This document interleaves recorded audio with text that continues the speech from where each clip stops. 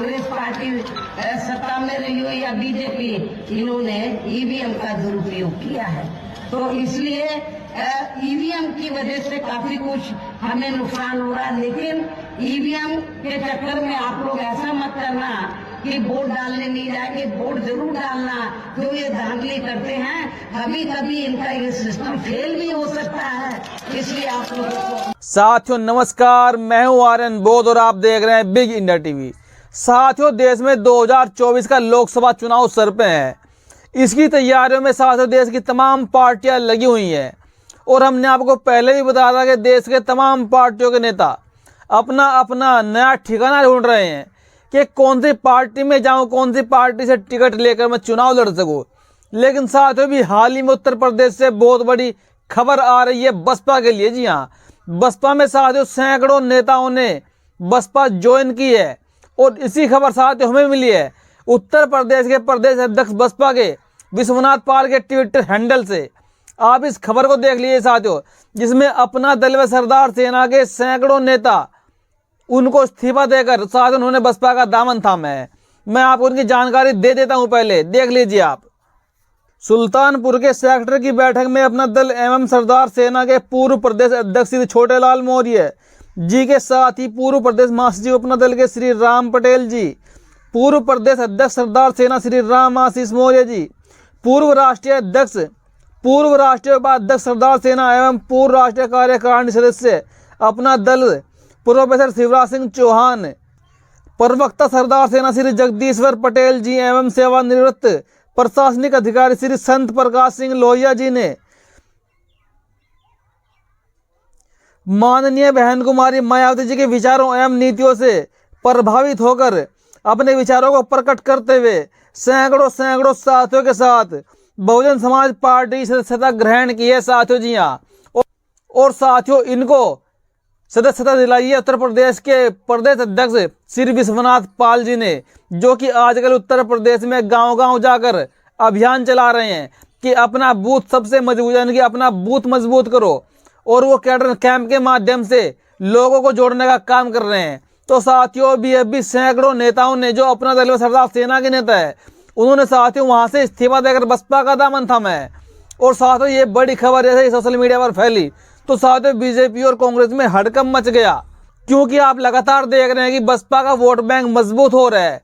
बसपा की अगर बात करें मध्य प्रदेश और राजस्थान की, तो साथियों वहां पर भी कांग्रेस और बीजेपी के नेताओं ने छोड़कर बसपा का दामन बड़े लेवल पर थामा, जिससे कि भाजपा और कांग्रेस की सांसें थम गई है।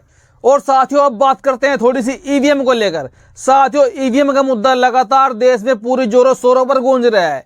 ईवीएम के खिलाफ साथियों जगह जगह पर आंदोलन किए जा रहे हैं और देश के तमाम पार्टियों के नेताओं ने ईवीएम पर हमला बोलना शुरू कर रखा है पहले से ही, चाहे वो कांग्रेस के नेता हो, चाहे वो बसपा के नेता हो, चाहे आम आदमी पार्टी के नेता हो, चाहे वो ममता बनर्जी हो, चाहे वो बहन कुमारी मायावती जी हो। उद्धव ठाकरे से लेकर बहन कुमारी मायावती जी तक ईवीएम पर कड़े सवाल उठाए गए हैं। और साथियों भी हाल ही में मिजोरम में आपने देखा वोटिंग हुई, और साथियों मिजोरम के अंदर जब वहां के मिजोरम के मुख्यमंत्री जोरमथंगा जी वोट डालने गए तो साथियों वहां पर ईवीएम खराब पाई गई। जी हां साथियों, इस चुनाव के अंदर ही धांधलीबाजी का प्रारूप मिल चुका है, और जो कि चुनाव आयोग के ऊपर सवाल उठाता है। यानी कि जब वहां के मुख्यमंत्री जोरमथंगा जी चुनाव में वोट डालने के लिए गए तो साथियों वहां पर मशीन खराब पाई गई, और फिर वो दोबारा आए, वोटिंग मशीन बदली गई, तब जाकर चुनाव हुआ। तो क्या साथियों इस ईवीएम के खराब होने से देश की चुनाव प्रक्रिया प्रभावित नहीं हो रही है? क्या लोगों को प्रॉब्लम नहीं आ रही है? और जब इस ईवीएम के ऊपर देश के तमाम विपक्ष के लोग सवाल उठा रहे हैं, सवाल खड़े कर रहे हैं, तो साथियों चुनाव आयोग इस पर एक्शन क्यों नहीं ले रहा है? अगर वहां पर ईवीएम की जगह बैलेट पेपर होता तो साथियों उसमें टाइम वेस्ट का कोई मतलब नहीं होता। ठप्पा लगाया और पर्ची डब्बे में डाल दी, उसमें साथियों ने तो ईवीएम खराब होगी ना वहां पे ईवीएम होगी, ना टाइम वेस्ट होगा। साथियों कांग्रेस के बड़े नेता दिग्विजय सिंह पहले ही साफ ऐलान कर चुके हैं कि हम चुनाव आयोग से समय मांग रहे हैं कि हमसे बैठकर बात करिए, हमसे मिलकर बैठकर बात करिए, हम कुछ सवाल पूछना चाहते हैं आपसे। लेकिन साथियों चुनाव आयोग इस पर कोई प्रक्रिया नहीं दे रहा है, न तो उनको समय दे रहा है मिलने के लिए, न उनकी बातों का जवाब दे रहा है। हालांकि दिग्विजय सिंह यहां तक कह चुके हैं कि जो वीवीपैट की पर्ची मशीन से निकलती है उस पर्ची को आप हमें सौंप दीजिए, हम उन पर्चियों को इकट्ठा करेंगे और जब आप काउंटिंग करोगे ईवीएम की, वोटों की, तो हम इधर काउंटिंग करके रखेंगे।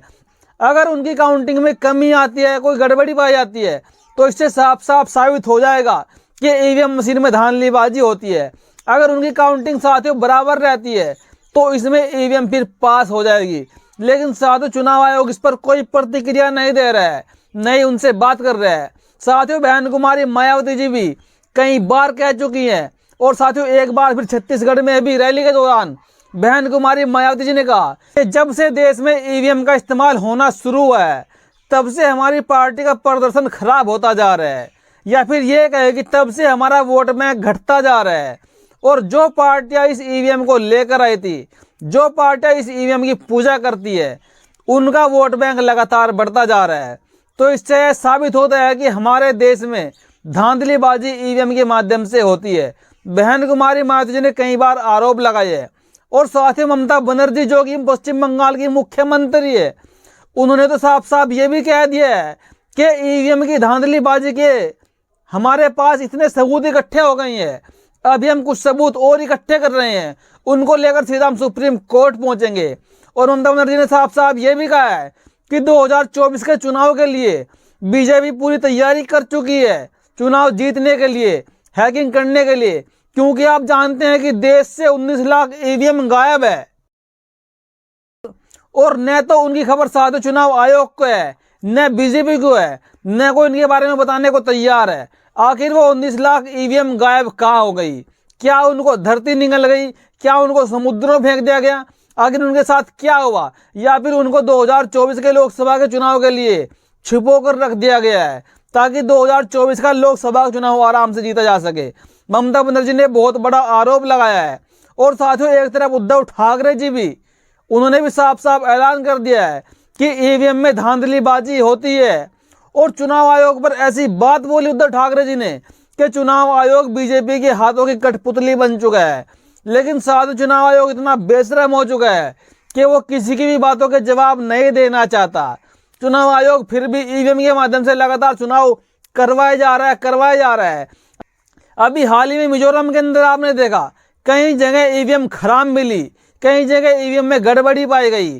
और तो और जहां वहां के सीएम जोरमथंगा जी वोट डालने के लिए गए तो उनके बूथ पर ही साथियों ईवीएम खराब निकली। क्या इससे लोगों का टाइम वेस्ट नहीं होगा? क्या इससे लोग प्रभावित नहीं होंगे वोट डालने के लिए?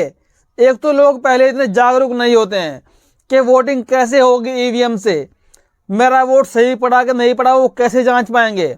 ऊपर से साथियों चुनाव आयोग की ये मनमानी जो जबरदस्ती ईवीएम को लेकर थोपे जा रहा है देश की जनता के ऊपर। देश की जनता लगातार सवाल कर रही है कि साहब हम बैलेट पेपर से चुनाव चाहते हैं, आप मानते क्यों नहीं है? अगर आप कहीं किसी गली मोहल्ले में जाएंगे, लोगों से पूछेंगे कि आपको भरोसा ईवीएम पर है या फिर बैलेट पेपर पर, तो लोग यही कहेंगे कि भरोसा हमको बैलेट पेपर के ऊपर है। और मशीन की अगर बात कर दे तो लोग तो यही कहते हैं कि साहब बटन कोई सा भी दबा लीजिए, खिलने वाला तो फूल ही है, यानी कि वोट तो कमल को ही आएगा।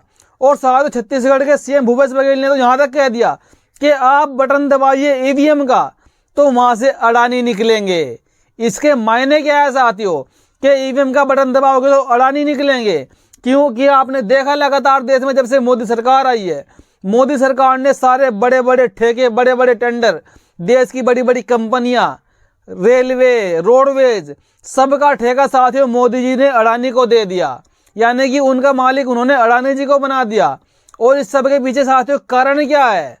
कारण साथियों देश की गरीब जनता, देश के SC ST OBC, ताकि उनको उनका हक न मिल पाए। जिन सरकारी कंपनियों में, जिन सरकारी संस्थाओं में देश के SC ST OBC को आरक्षण मिला हुआ था, आरक्षण के तहत वो नौकरी करते थे, उनको आज प्राइवेट कर दिया गया। और आज वहीं पर हमारे समाज के लोग, दलित समाज के लोग, भिड़े समाज के लोग, मुस्लिम समाज के युवा बेरोजगार बनकर काम कर रहे हैं, 15-15 हजार रुपए में अपना जीवन व्यर्थ में गंवा रहे हैं। तो साथियों मोदी सरकार ये चाहती है और कांग्रेस भी यही चाहती है कि देश का गरीब समाज न तो पढ़ने पाए न लिखने पाए, इनको मजदूर बनाकर रखा जाए, इनको गुलाम बनाकर रखा जाए। देश इनके लिए एक ये सोचते हैं कि देश हमारा है, जैसे हम देश को चलाएंगे देश वैसे चलेगा। लेकिन साथियों धांधलीबाजी का पर्दाफाश होने वाला है, क्योंकि सुप्रीम कोर्ट के अंदर ऐसे जज बैठे हुए हैं, DY चंद्रचूड़ जी, जो सिर्फ न्याय करना जानते हैं। वो मोदी जी के बहकावे में अब तक नहीं आए और नहीं वो आने वाले। सुप्रीम कोर्ट में साथियों ईवीएम के खिलाफ लगातार याचिका जा रही है, और कांग्रेस के नेता दिग्विजय सिंह तो अड़के खड़े हो गए हैं। और एक तरफ साथियों ADR को तो आप जानते ही हैं, जो देश की एक संस्था है ADR, जो चुनाव आयोग पर साथियों जो चुनाव आयोग पर कड़ी नजर रखती है और पार्टियों पर कड़ी नजर रखती है कि कोई सी पार्टी धांधलीबाजी करके या चुनाव आयोग धांधलीबाजी करके किसी एक विशेष पार्टी को फायदा तो नहीं पहुंचा रहा। उसकी तरफ से साथियों प्रशांत भूषण जी, जाने माने प्रसिद्ध वकील सुप्रीम कोर्ट के, सीना ठोक कर सवाल पूछ रहे हैं सुप्रीम कोर्ट में चुनाव आयोग के ऊपर, EVM के ऊपर, कि साहब इसके बारे में उत्तर दे दीजिए जल्दी से जल्दी। और साथियों शायद 2024 के चुनाव से पहले इन सब सवालों के उत्तर मिल जाएंगे।